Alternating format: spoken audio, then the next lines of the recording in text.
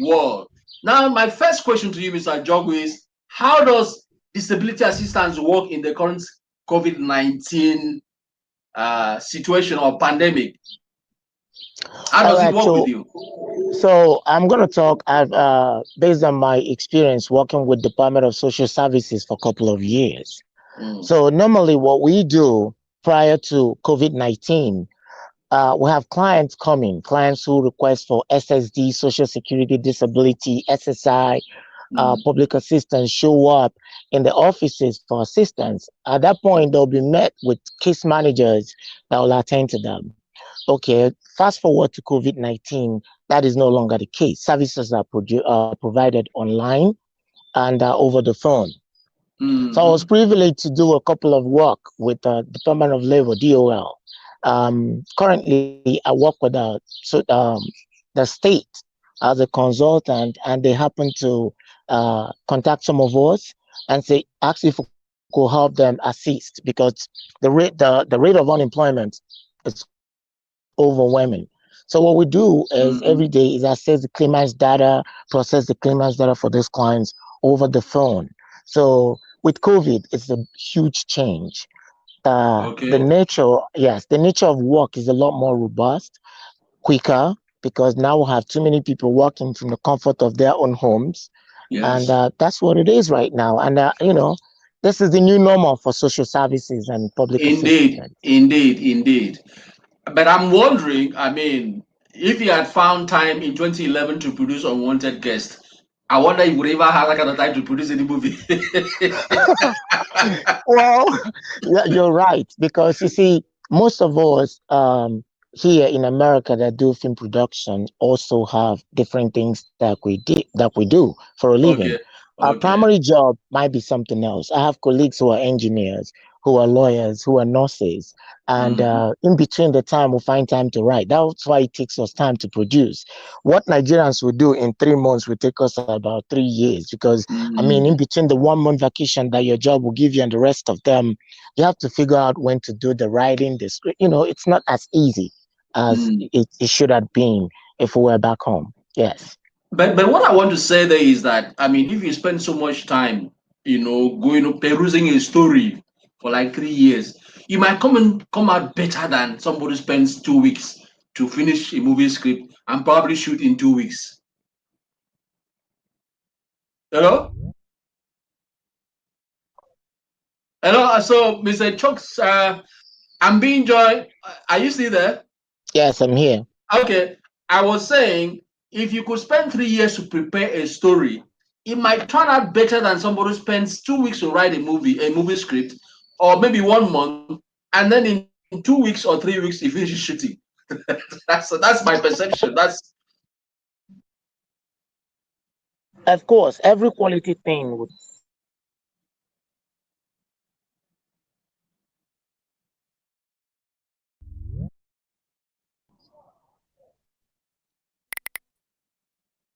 I'm having a Yeah, I'm having I could see you now. So, okay. yeah, in response to that question, yes, quality stuff definitely would take time.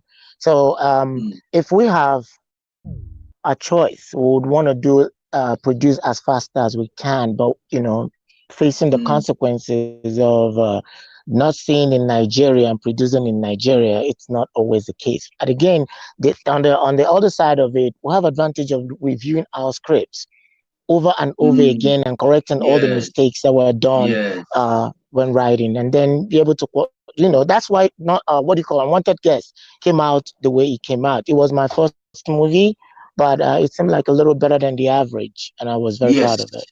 yes, it is at 2011. Now, let me ask, what was, or let me put it in the present, what is the concept behind Unwanted Guest?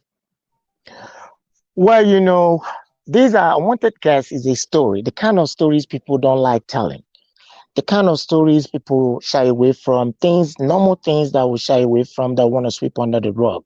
This Mm. could have been a kitchen table talk, people, Yeah, relationship. Yes, yeah. this would have been something people would be comfortable talking about, especially if you're in a long distance relationship. You Mhm. should be able, there are challenges. This is not going to church every day to pray and ask God to help you. These are things that you have to help yourself with. Yes, Let your partners know what their challenges are, It's on.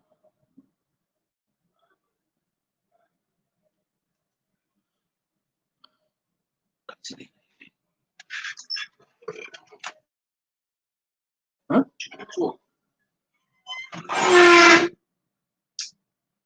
Hello, Chooks.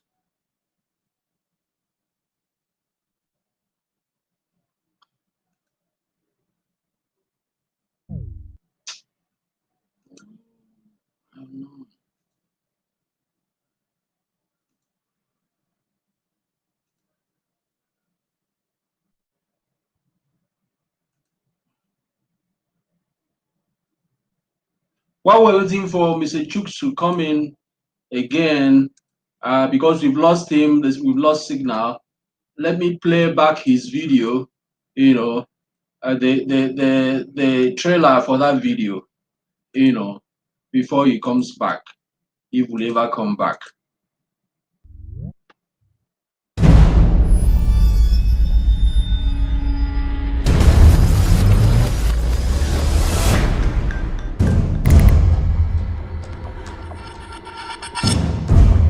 When I told you this day will come, you said I should wait until it happens. Not be the day with this one.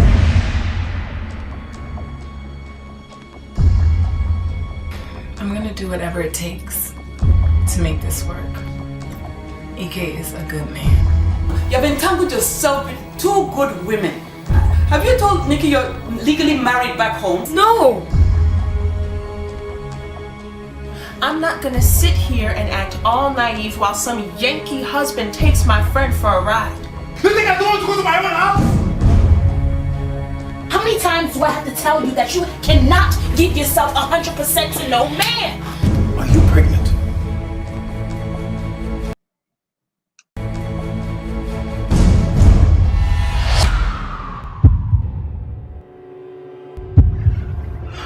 Hello?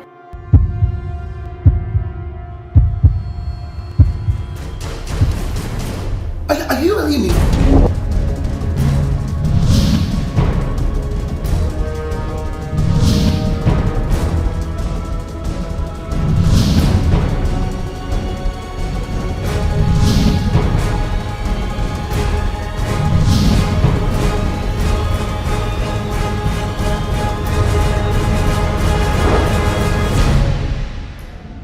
We've been together for 3 years. I'm 26. It'll be a fucking blessing if I got pregnant.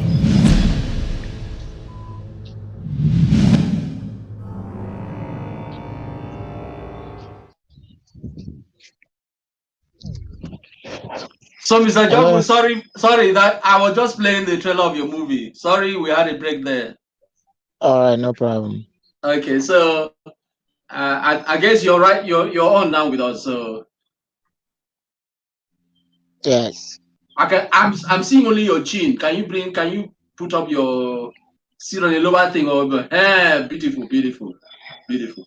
Okay. Now, yeah, better now. Well, we're on to Film Talk, the fourth edition, so to say, a resourceful live and remote conversation webcast by Film Lab Nigeria. I'm talking to Mr. Ajogu, who is a New York resident in America. He works in the Office of Temporary Disability Assistance, OTDA, in City of New York. And well, he's also a producer. As we're talking today, he's a producer. He produced the movie Unwanted Guest. And earlier on, we talked about how we should be able to constitute and execute communication to solve the problem of a trust deficit relationship.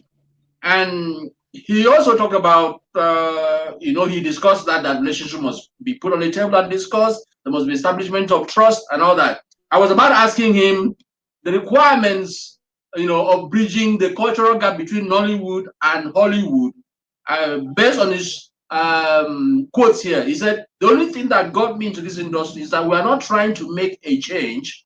We're trying to polish what we have. I wonder what you mean by that. We can't see you very well, Mr. Chalks. Can you put up? Are you still there?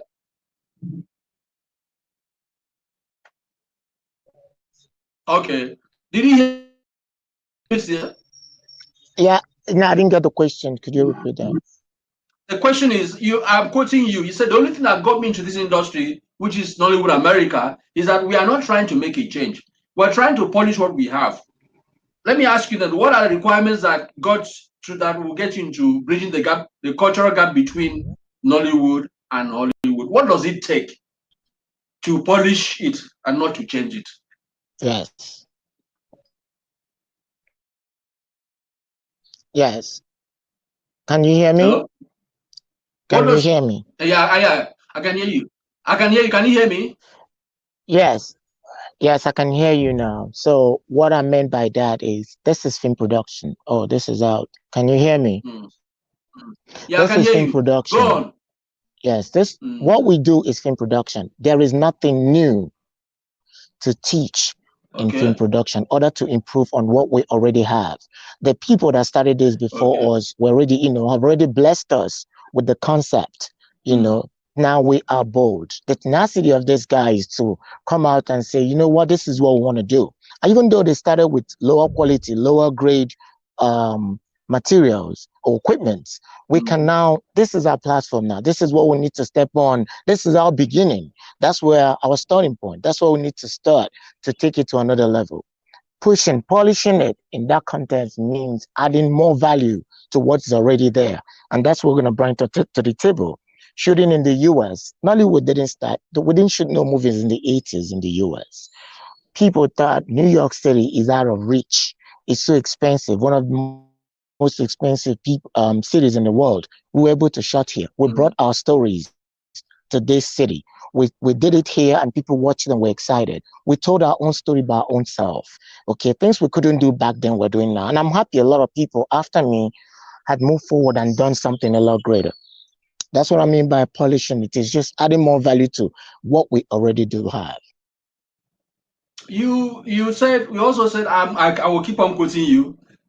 You said, you talk about bringing new faces into your movie. Perhaps the only person that would seem like an old face in the movies was Chet Anekwe. So how did you cope with bringing a new cast, a new sort of people, Could into your production? could you repeat that? I didn't get the question. I had this glitch. What difficulties did you encounter with the cast of new faces in Unwanted Guests? Okay, when I didn't want it, is remember that was my first production. I was a Mm, learning process for me. As I really? was shooting, yes, as I was shooting, I was also learning the act of production itself. What I did Mm. in my first degree was fine and applied arts. So Oh, creativity, it comes to me naturally. But to put okay. it out there, to have cameras roll, and I watch everybody, and I didn't get it. I didn't interfere.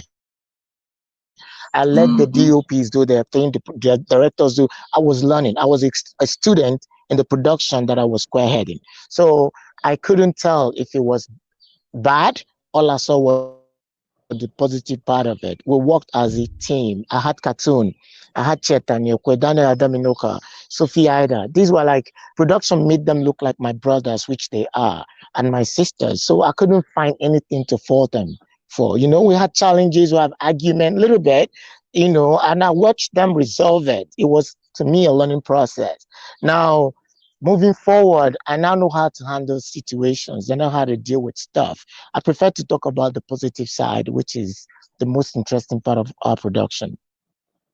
So how did Chet Anekwe, who has Hollywood experience, enable that oiling of relationship and bonding, to succeed, to happen successfully?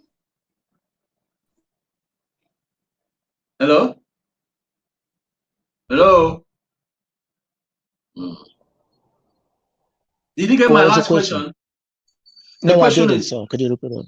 okay. The question is, you featured an A-list actor, Chet Anekwe, who has done 10 Nollywood movies abroad, and is one of the few that has moved from Nollywood to Hollywood.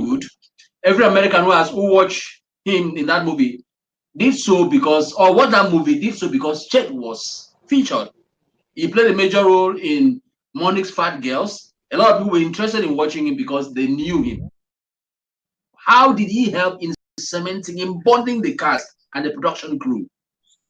Okay, so it was the whole comment was kind of intermittent because I was missing some of your questions. I believe you wanted to know how Chet was able to navigate Hello. help you guys to bond? How did he help you guys to bond? And as an experienced actor, Exactly. This Chet is, I look at him as a team leader. He's been mm, through this for years. He's experienced, he has the compassion, he was the team leader. So everybody else, remember, aside from the director, which is Daniel Daminoka, and mm, Chet, every other person is new. Cartoon was fresh out of the uh, film school. Sophie Ida, fresh out of the film school. Leanne Rose, these are all new people. This is their first major production. They were all excited. People were really excited, but at some point they were approaching it with caution. Chet was there to, guide all these mm. people. Chet and Abby, I wouldn't forget Abby. She's been around too, for a long time too in production. So I both of them were know. like two team leaders, and they did great. They were Yeah. able to hold that production. I didn't do much. Trust me, I didn't do much. In that production, I did the least. All I did was get the money and help find the locations and the story. Okay. The rest, Okay. these people coordinated it so perfectly. I couldn't be more grateful. Okay, that was very good. As a reminder, I'm talking to Mr. Chuck Ajogu from New York. He's talking to me from New York in his apartment in New York, and he's a producer of Unwanted Guests, a successful Nollywood movie that won an award in 2012, if I'm right. He also works with the New York Office of Temporary and Disability Assistance (OTDA) in City of New York. Chucks, I'm going to ask you the next question. I know that you're a member of Nollywood Producers Guild, USA. Is it registered in the US or registered in Nigeria?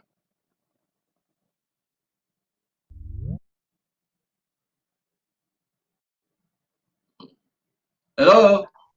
Yeah, I can hear you. Yeah. Is it is I can an hear is a you. non is Nollywood Producers Guild a USA registered entity? Is it registered in the US? Yes, it is. Okay. Can you tell us?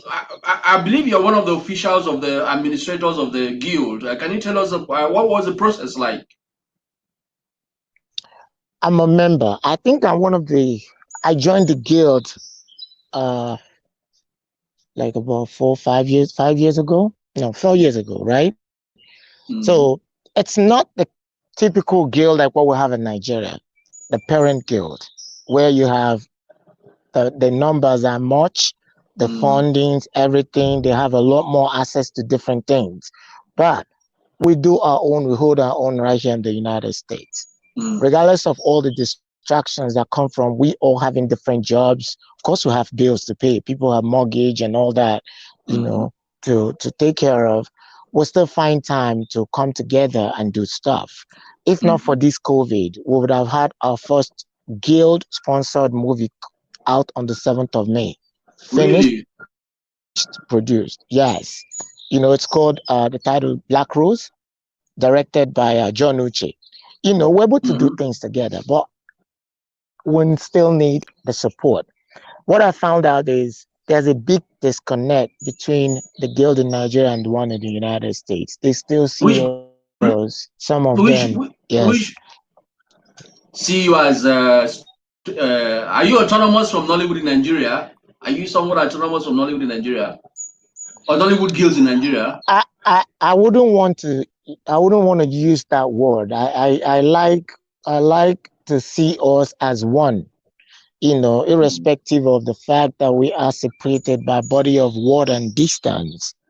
You know what I'm mm, saying? I like to see Nollywood is Nollywood regardless. It could be Nollywood India, Nollywood US, anywhere it is. We have Hollywood Producers Guild that have actors who are based in France, Germany. It's the same guild. I wish we could do things that way and stop competing among each others and stop seeing each other as separate. Oh, Nollywood America, they think they know it all. No, it's time for us to unite, come together. That's the reason why the music industry in Nigeria is successful. Do you understand? Wherever they are, they do things together. There's no I see Olamide the same way I see Davido and Fino and the rest of them. They collaborate, they do things. That's why they're strong. They say if you want to go far, go together. If you want to go fast, go alone. We prefer to go far. and we cannot go far by disintegrating. We have to come together at some point as a body and do things. The ones here, we're not as strong as Nigeria. We're coming up, okay? And we still need Nollywood Nigeria to support everything that Nollywood United States or Nollywood America does at this You s- point. you just spoke about a movie that you would have released in May, but because of COVID, uh, how does the Guild in America impact on filmmaking in the US? I mean, the Nollywood Producers Guild. How does it impact? Apart from what you told me, apart from churning out a movie, generally, how does it impact movie making in America? You see, because it's a body that supports each other, right? Mm. We do things for ourselves. Like, let's say a producer right now wants to do something. Everybody gets involved.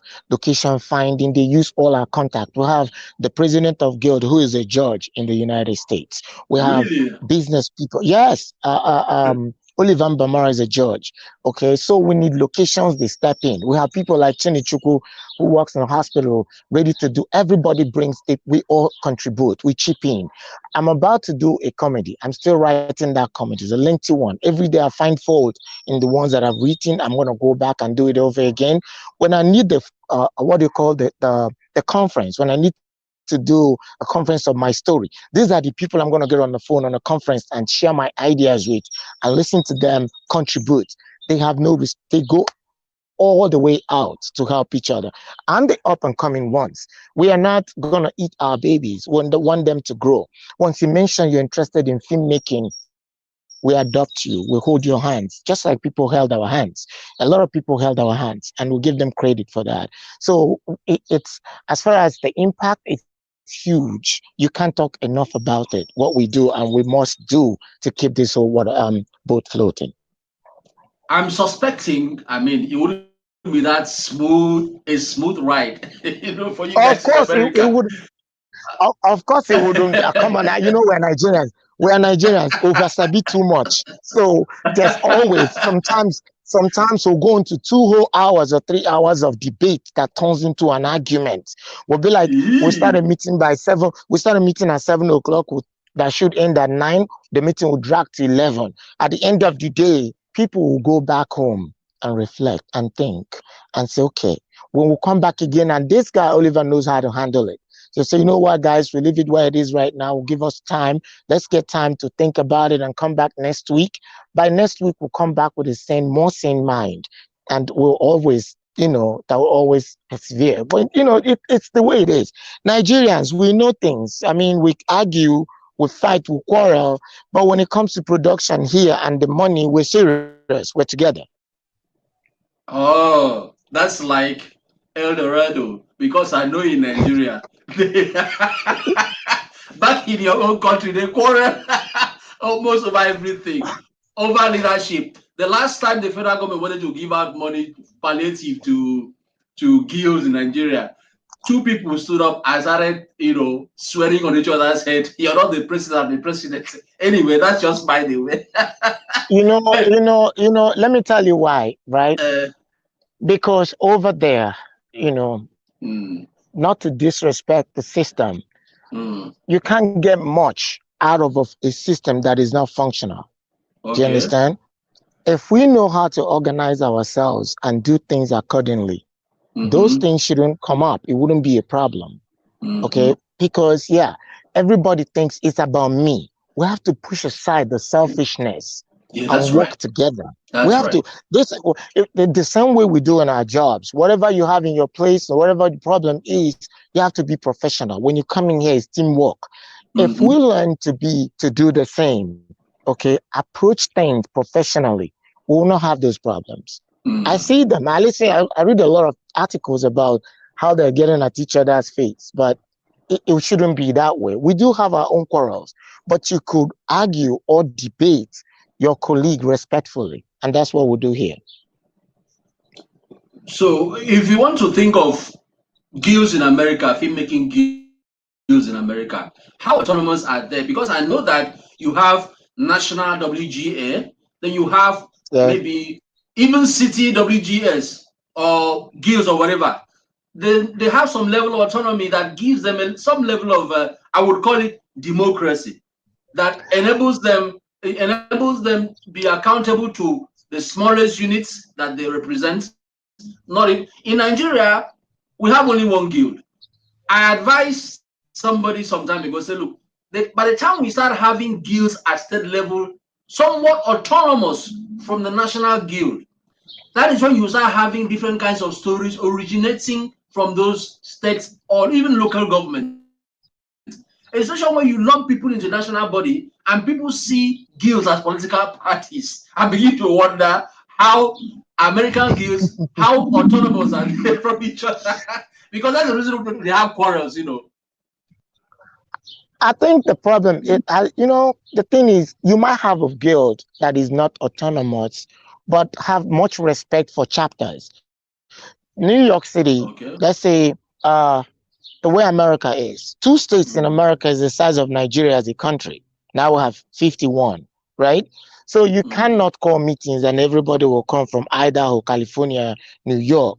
So you break them down into chapters, East Coast chapter, West Coast chapter, whatever. But they are all responsible to the one central guild. You see what I'm saying? That lays the rules.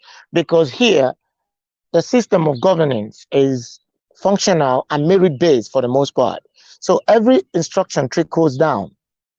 It's not from, like we are now, if it's in production, we are the front line in production. The guild administrators are not the front line. So everything that has to do with the guild comes all the way from the top and trickles down. It's not the other way up.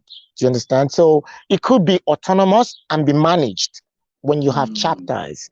When you have chapters with chapter directors all over the place, more, right? It makes it a lot easier when you talk to the bosses. Go over there to the police station and say, hey, this is our story.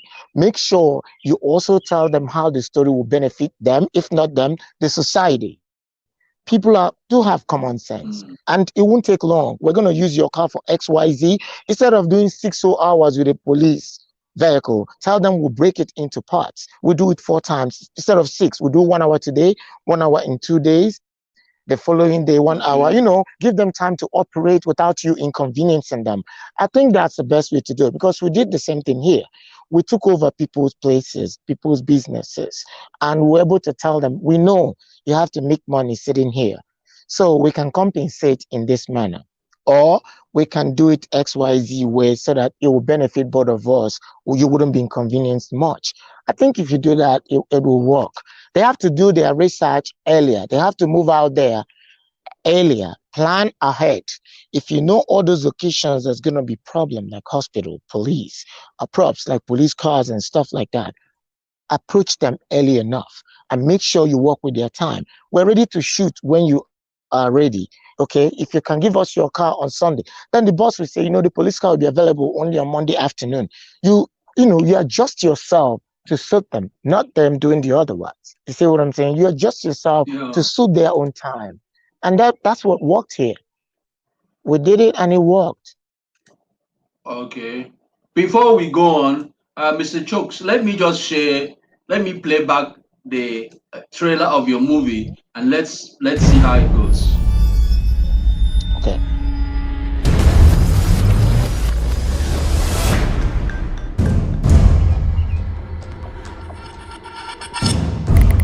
When I told you this day will come, you said I should wait until it happens.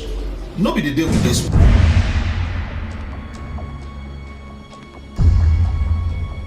I'm gonna do whatever it takes to make this work. EK is a good man. You've entangled yourself with 2 good women. Have you told Nikki you're legally married back home? No! I'm not gonna sit here and act all naive while some Yankee husband takes my friend for a ride. You think I don't want to go to my own house? How many times do I have to tell you that you cannot give yourself 100% to no man? Are you pregnant?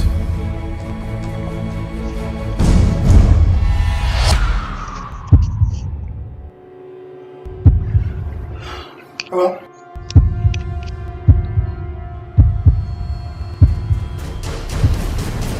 Are you really me?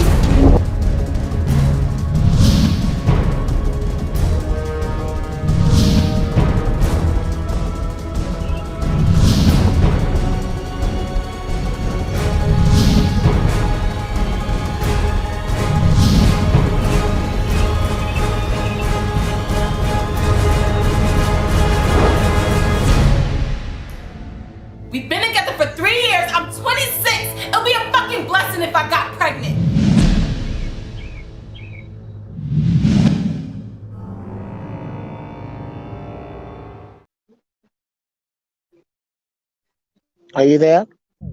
I'm here. Yeah, I'm right Okay. here. Okay. 2011. This is 2020. Yes. That's 9 years away. 9 Right. years away since you produced that movie. How has Nollywood America changed ever since you did this movie? Well, a lot changed. A lot changed. People are using the materials, as a matter of fact, changed. The stories changed. It's a whole lot. I can go all and all, but the quality of films we're making right now, I believe, is a lot better. We're using a lot more professionals now in different roles. We're not doing, not all of us. Lost it.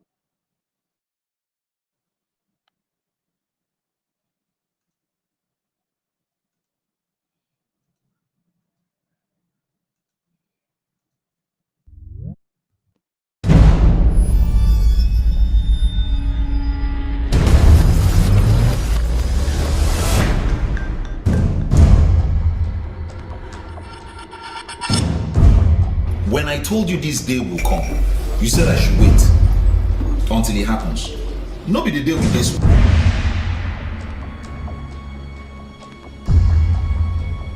I'm gonna do whatever it takes to make this work. EK is a good man. You've entangled yourself with two good women. Have you told Nikki you're legally married back home? No! I'm not gonna sit here and act all naive while some Yankee husband takes my friend for a ride. You think I don't want to go to my own house? How many times do I have to tell you that you cannot give yourself 100% to no man? Are you pregnant?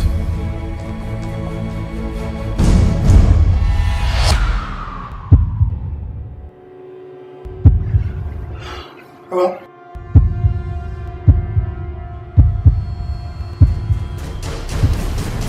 Are you really me?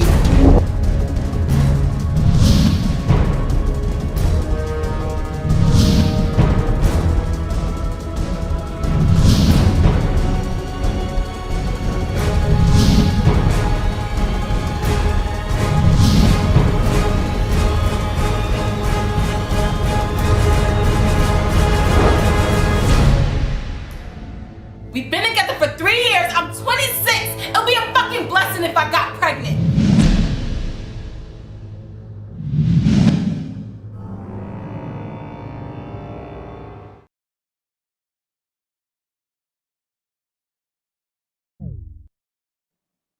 Hello, Mr. Chooks, are you there?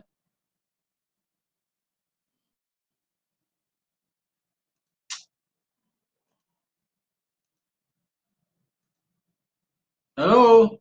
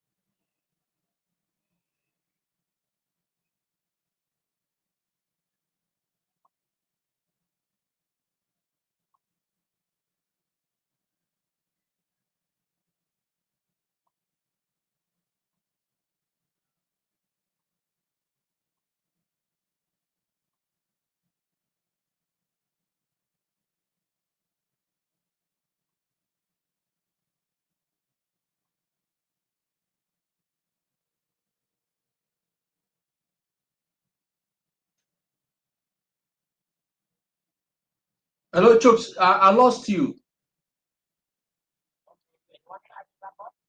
Huh?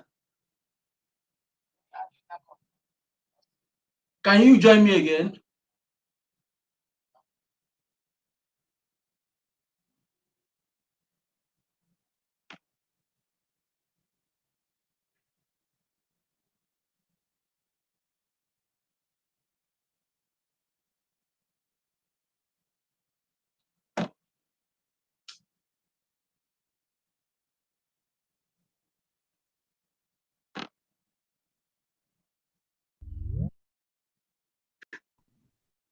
Yeah, Chooks, you're back. Sorry about that interruption. No problem. But before we start again, let me play back your video again, that very this thing, so that we know where we stand. And because there are a lot of things you need also to explain, you know. So that's the trailer of the movie. Yeah.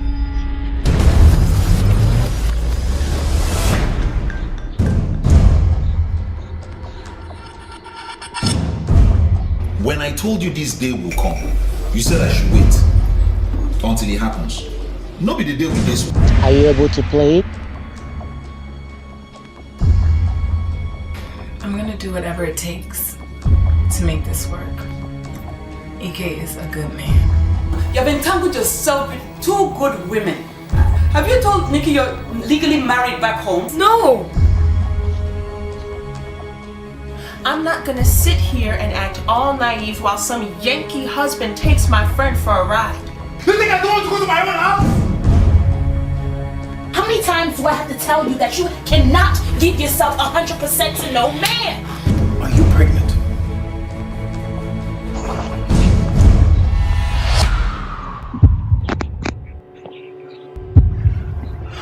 Hello?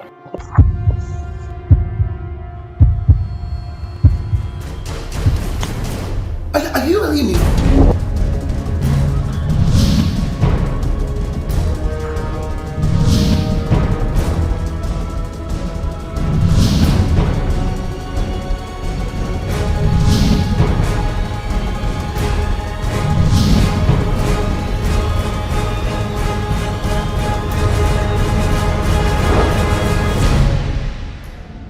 We've been together for 3 years. I'm 26. It'll be a fucking blessing if I got pregnant.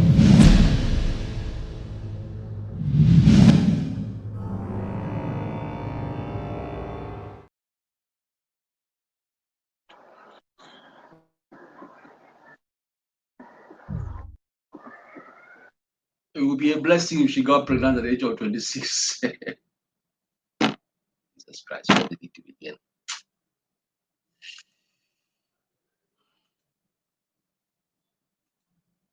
Chooks, are you there?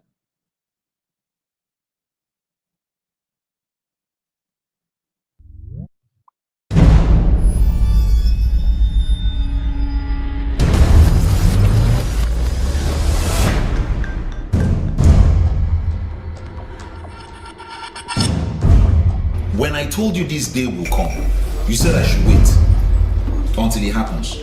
No be the day with this one.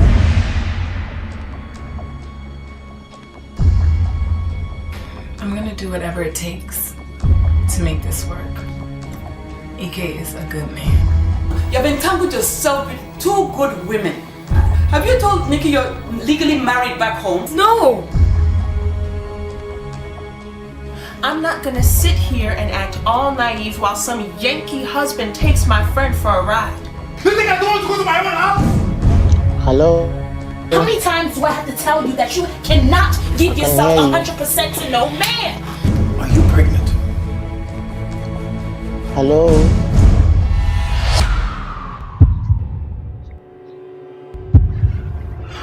Hello?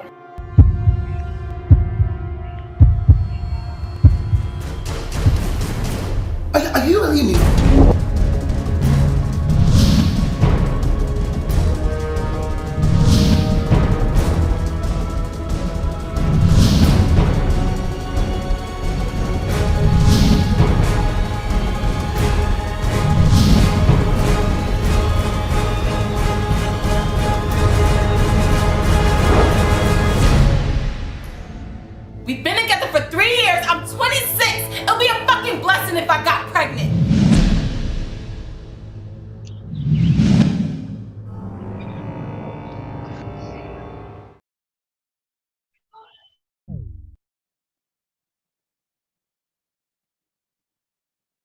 Ah,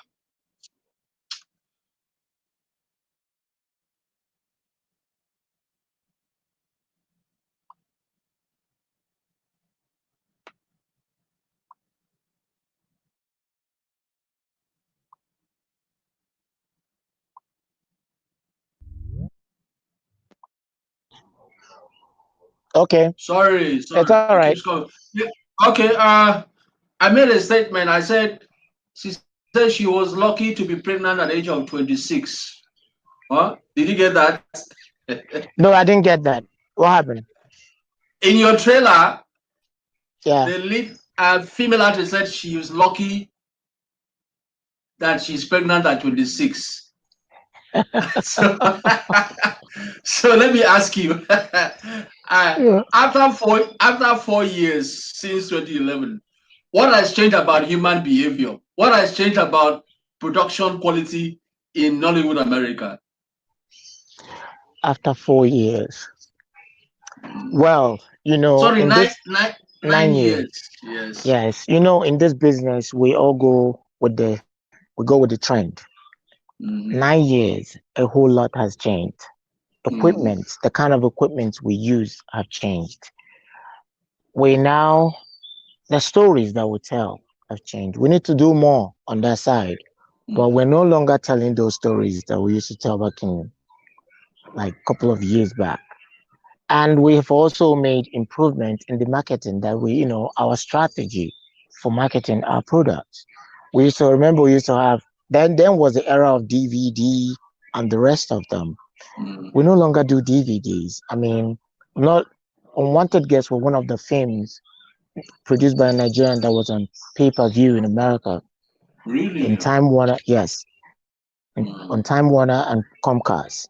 But today we have a lot of them on Netflix. You see what I'm saying? So we are getting there. Still have a lot of work to do, but we're getting there. Okay, good that you mentioned Netflix. What was, in terms of quality, demand for quality? What was it like? What level did they demand when your movie was accepted, to be streamed on Comcast by or Warner Bros? All right, so then we have resolutions. There are resolutions for TV that require maybe like four kg. Yeah, 4K resolutions. Um, for the film, I think it has to be for the cinema, it has to be 5. So we met the basic requirements. That's why Comcast and Time Warner was able to take our movie. These days, every establishment have their own standard. All right. So I'm still in the process of getting mine in Netflix, and I've not done that, and they've not gotten back to me with qualities that is not sufficient for what for their platform. So I will assume the 4K resolution still will pass in that area. Yeah. But if you have to, because some cinema chain that couldn't take unwanted guests after they played it on the big screen and they found out that it wasn't shot for cinema. So the quality Okay. we showed in the cinema in Nigeria is different. I was in cinema in Nigeria for weeks, right? But the American standard is different. Every one of them was like, damn, because they actually tried it out and they found it like, damn, I wish you had a 6K, I mean a 5K resolution. That would have been a red. I didn't shoot on a red camera. See what I'm saying? Now I know better. I know better. So in moving forward, I know exactly what actually after your script is done, you send it in and have them some of them look at your screen. I mean your synopses and make determinations. Yes, they look at your script. They're doing it in Nigeria. The film one already set that standard. They'll look at what you wrote down. They want to make corrections. I spoke with one of their bosses, Moses, and he said this is what we do. We look at what you've done. If we need corrections, we'll make it before you start production, which I found very, very interesting. So it's the same standard here. So yeah, a lot has changed, and definitely we'll have to meet up to that standard for us to move forward. Okay. Now, I asked that question because in recent times, Netflix approved Genevieve Nagi's Lionheart, which some people believe that it opened ways for Nollywood in America or American cinema theaters and so on. But you already, uh, said your movie couldn't be accepted for American cinema because of the standard. And then somebody also said that he made a movie and took it to Film One. And Film One said, "Look, we cannot screen this movie because it's like it was meant for TV." So, can you explain the difference between making movie for TV and making movie for cinema theaters? All right, from the little I know, I don't know, I don't have much knowledge of editing, but I know that your ability to go to TV, Unwanted Guest is a TV production. It's meant for TV. That's why you play it on TV or your laptop, you're comfortable, you're happy with it. When you do cinema requires a lot more resolution than 4K. Mm-hmm. That's why the camera you use in production matters a lot. If you are shooting right now and you want to shoot, remember that was my first film. Mm-hmm. Okay, I didn't have as much knowledge. If you want to shoot, like what Genevieve did, typical cinema film, it could go both ways. It could go to cinema, it could go to TV. The resolution stays the same because I guess you use some kind of epic cameras like the Red. You see what I'm saying? So Mm-hmm. those are stuff that you put into consideration. Most importantly, your storyline. These cinemas were crazy about my storyline, but like, how do we blow this up on this size monitor and still have the same resolution? If you play Unwanted Guest, it was on, I think, one of those TV stations. Uh, for a long time, they played it very well. You could watch it on TV, it's okay. The moment you start hitting that thing on the projector, and in America here, you slot it in and you hit a button, the entire nation gets it at a particular time when it's scheduled. It cannot be any quality less than that 5K that they're looking for. And I didn't have 5K to offer them as at the time. But Time Okay. Warner could take it. Camera could take it. Comcast could take it because their requirement would be 4K. Okay. Somebody also made a statement or informed me that sometimes making movies for TV only uh, could be as a result of locational or location limitations. If you use, for example, a lot of Nollywood movies are shot indoors. They don't reveal much of the environment. Does that kind of qualification make room for acceptance in the cinemas? I don't think it does because we have sitcoms that are shot indoors for the most part. Do you understand? Okay. Here in the US? So everything is indoors. I'm not a big fan of shooting everything indoors, room to room. No, I like It's very common in environments, it's very common in common it's in very it's very Nollywood. uh Yeah, it is. So, what happens to the environment? People live outside, get them. It's like shooting a movie in a lonely street where nobody. Are you in Moon? Are you in Mars or Jupiter? You know, a film is supposed to be as real as it gets. So, Yes. if your story is from door in bedroom to parlor, parlor to bedroom, bedroom to parlor, I get bored. I watch movies for 3 minutes. It tells me everything I need to know about a movie. I'm just going to sit down there and watch the rest of it or get up and go about my business. Just 3 minutes. So I need to see everything. And I'm not going to be doing movies that's going to be centered in the bedroom or living room. If there's a need for living room or kitchen, let that be. But, let's see the environment. Let's see what's happening. Every environment is important. You could shoot in your village, it's still interesting. You could Mm. shoot in your parlor, you could shoot in a stadium. It doesn't matter. So long as everything is together, is the whole concept matches your idea and what you're trying to project. That's it.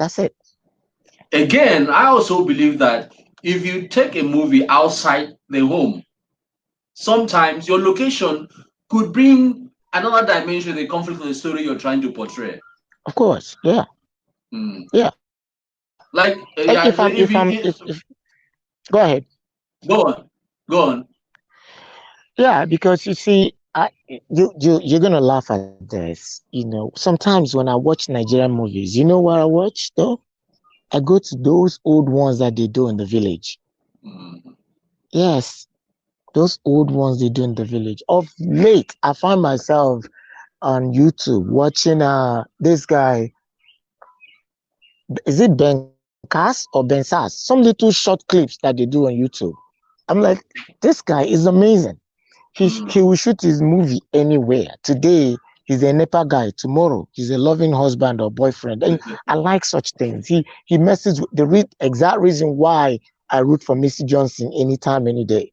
I want to see diversity. I want to see change of environments, scenes. I want to see an actor, actress play different roles. Bring the excitement to the screen, and people will enjoy it. So it's the environment is part of what I do. Like I said, I'm an artist. That's what I did in school. I like nature. I like to show nature. You see, now we're doing the interview. See where I'm at?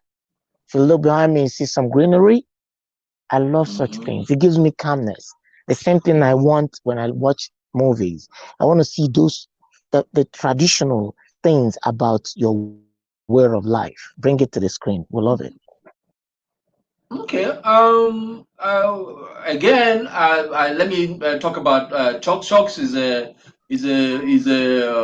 professional who works in the office of the Temporary and Disability Assistance (OTDA) in City of New York. He's also a filmmaker. He made a film in 2011 called Unwanted Guest, which is about our human discrepancies when it comes to romance and marriage and all that. When it comes to relationship, and then you mentioned village. There's always this confusion about epic. Epic. When people shit epic, it must be it must be an Epic ancient is yes. it must be an ancient Epic. story.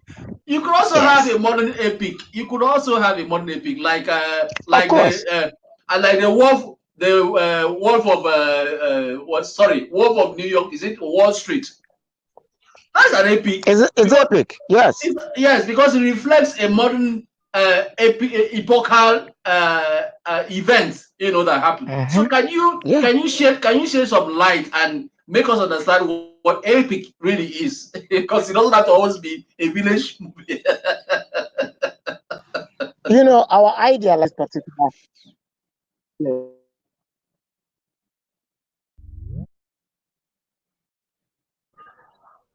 We like you said, it's good you mentioned that because when you say epic, people think it has to be film done in the 60s.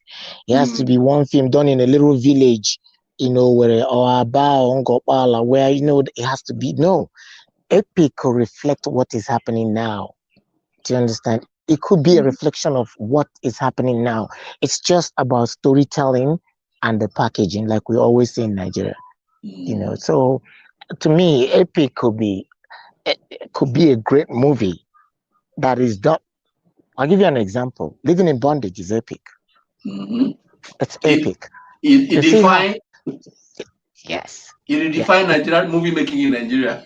Exactly. It's epic. And if you watch the first Living in Bondage, the second Living in Bondage, you see what I'm talking about. See what I'm saying? We went from this to that. And if you look at both of them, you'll be able to, great work of art exhibited there. That's epic. It mustn't be Okonkwo and Ebubedike. Oh well. So back in Nigeria, talking to you in New York, I'm learning a lot of things from you. But then, if you want to like encapsulate all the things that filmmakers in Nigeria should learn from filmmakers in America, because America, whether you like it or not, would be like the original home of movie making all over the world. If you want to encapsulate the nitty gritty of filmmaking that and reflect what is happening in America, what would you tell Nigerians to learn? Nigerians, we do have everything that we need.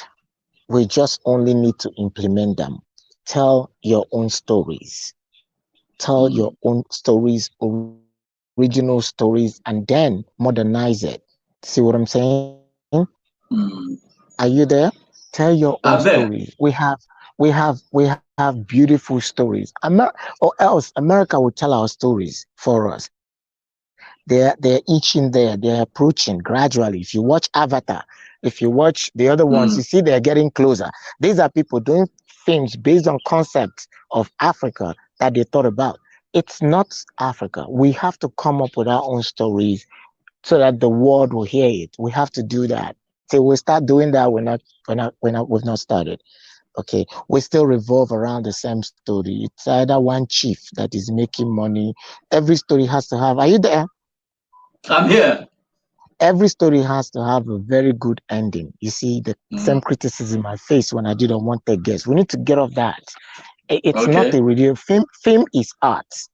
Okay, today this boy is suffering. By the time you, if he's not Nollywood, at the end of the day, he's gonna be a rich man to compensate for the suffering.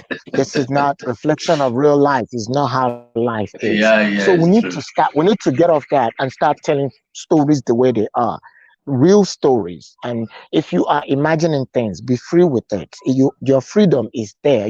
It's in your head. Nobody will restrict it. Let your mind wander, and put everything together and bring it out there in a picture. We will appreciate that. We mustn't start poor and end rich. Like in Unwanted Guest, I read a whole lot of comments. It was people like say, "Oh, they love this film," but I keep getting all that. Man, this is crazy, man. Now, what did this girl have to gain? This girl lost everything in life. People lose everything in Mm. life. Everything is about compensation. It's not about compensation. Good people die just like bad people. Bad stuff happened to good people. So what did you learn from that? The message is the most important thing, not what we think. It's about the message. So when we start when our message is clear and genuine and original, That's all is required. And So we that already brings me have to the the question of message. Yes. that Go brings us to ahead. the question about if a screenwriter is writing a movie, how much freedom would the producer give the screenwriter to explore the world around him, the world inside and the world outside?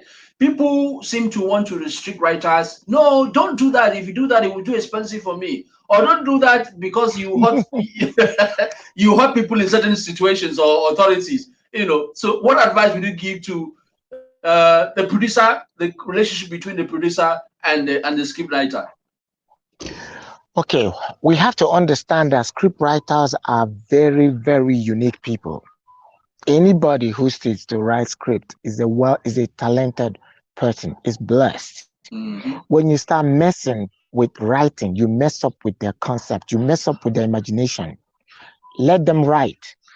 Script writers and directors should be given 100% freedom to do what they want. That's exactly why you hired them.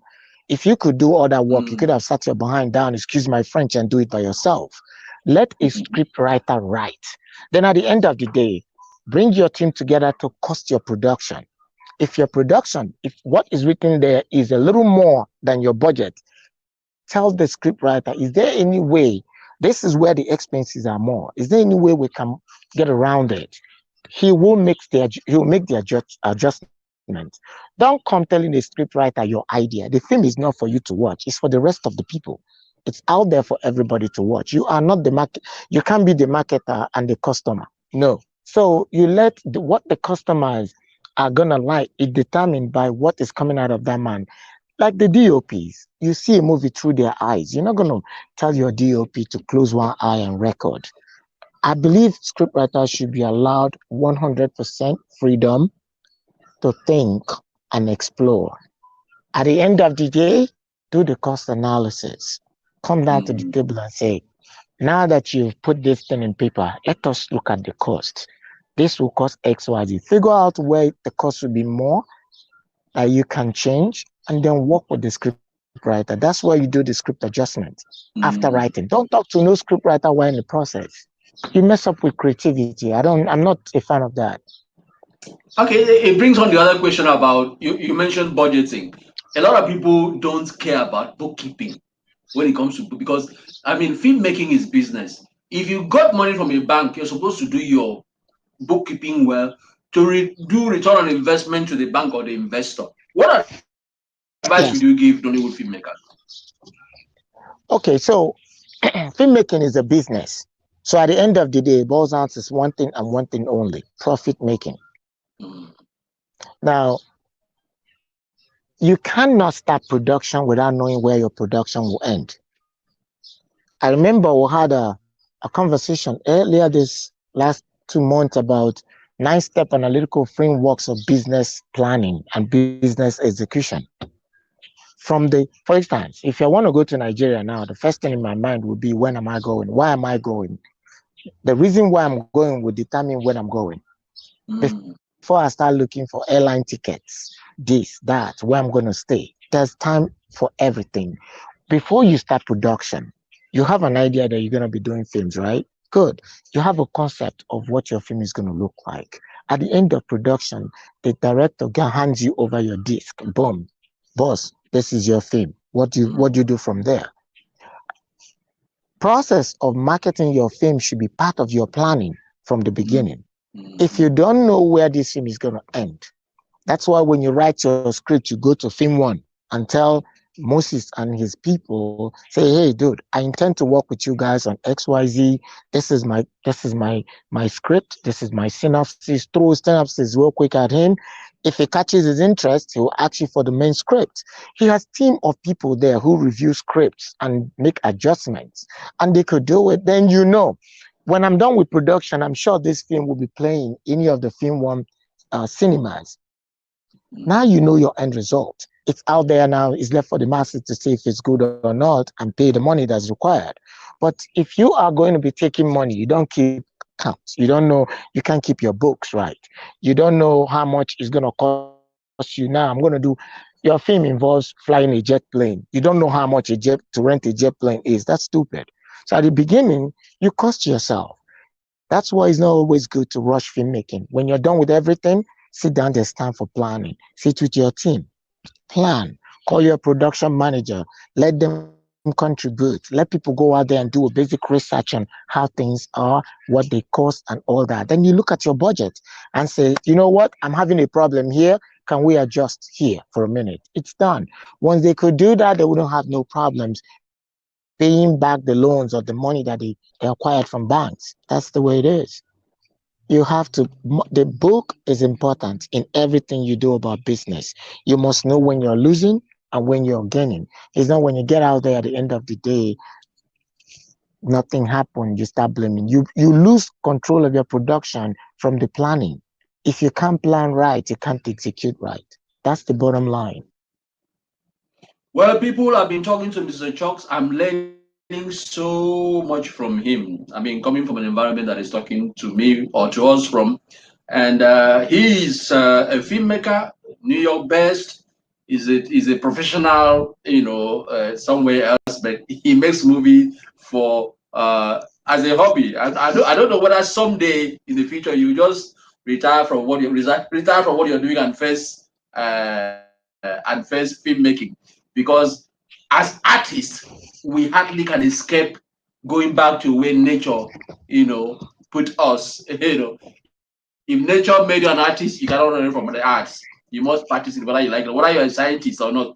So the next question I want to ask is that one big secret I read somewhere that in 2012, after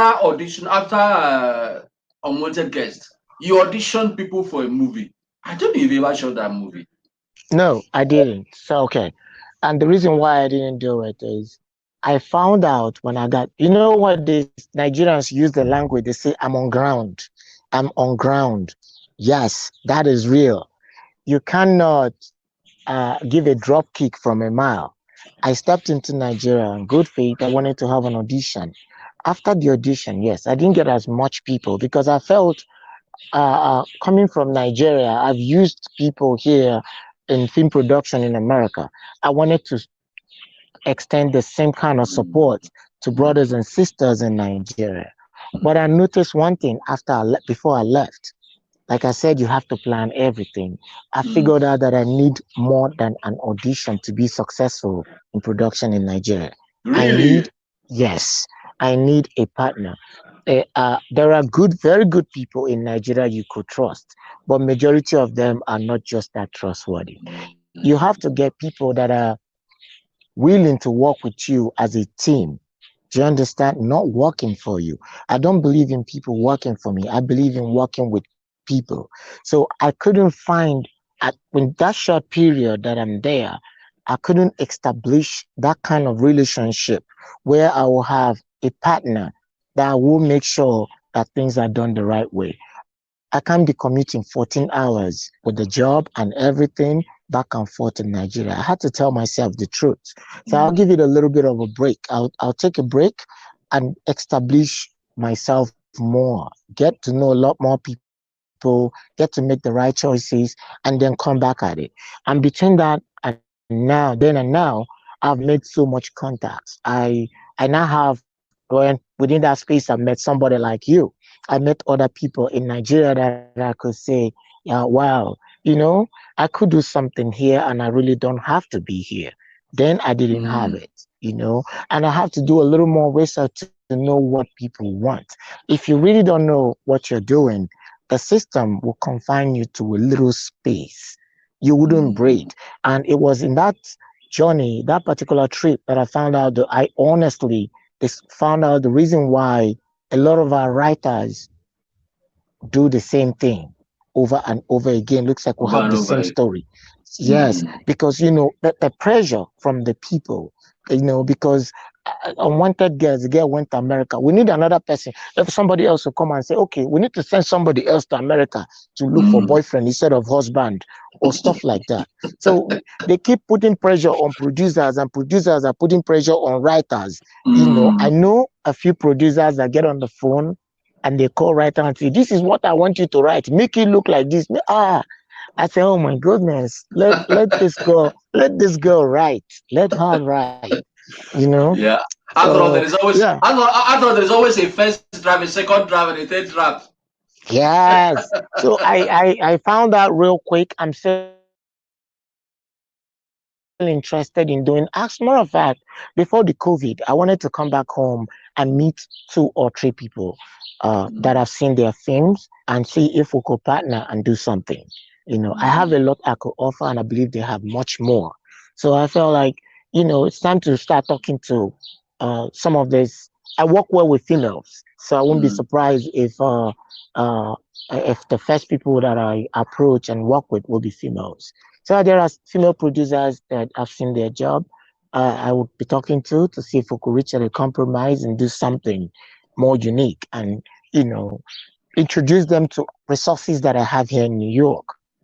So they too can feel free to come out here and do productions, knowing fully well they got a capable hand that could hold their hands and take them to wherever they need to be.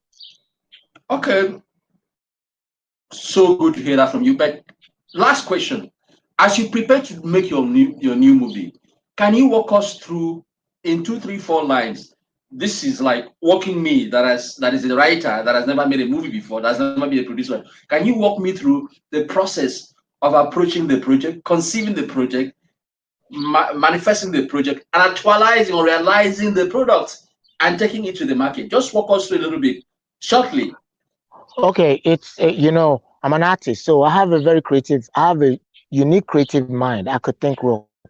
I could look at Mm, anything around me and make a whole story out of it. What I'm writing right now, for instance, is a movie with a working title, Everybody's Business.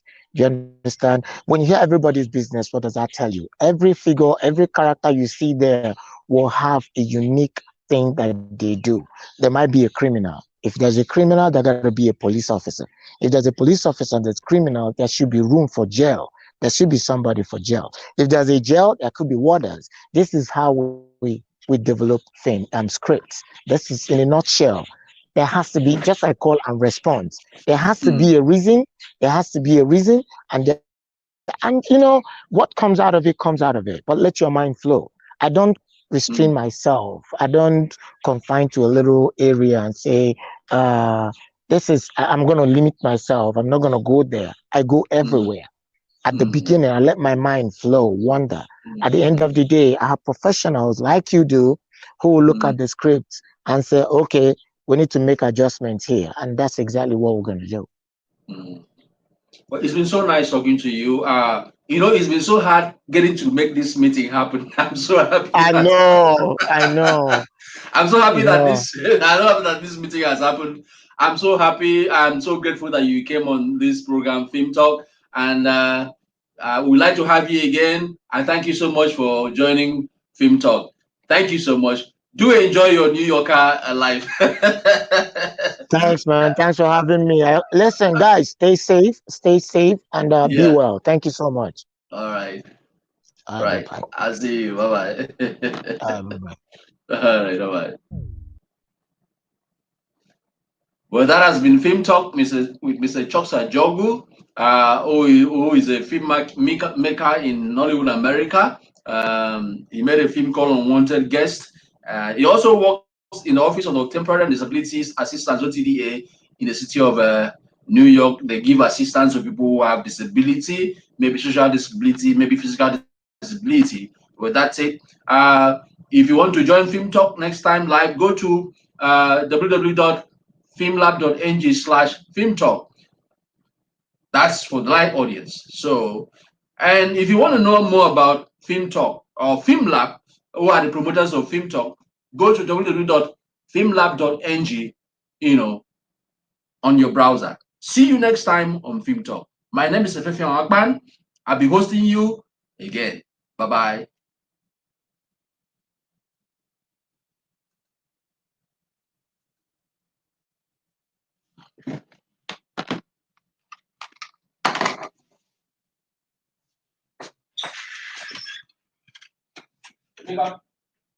Hello.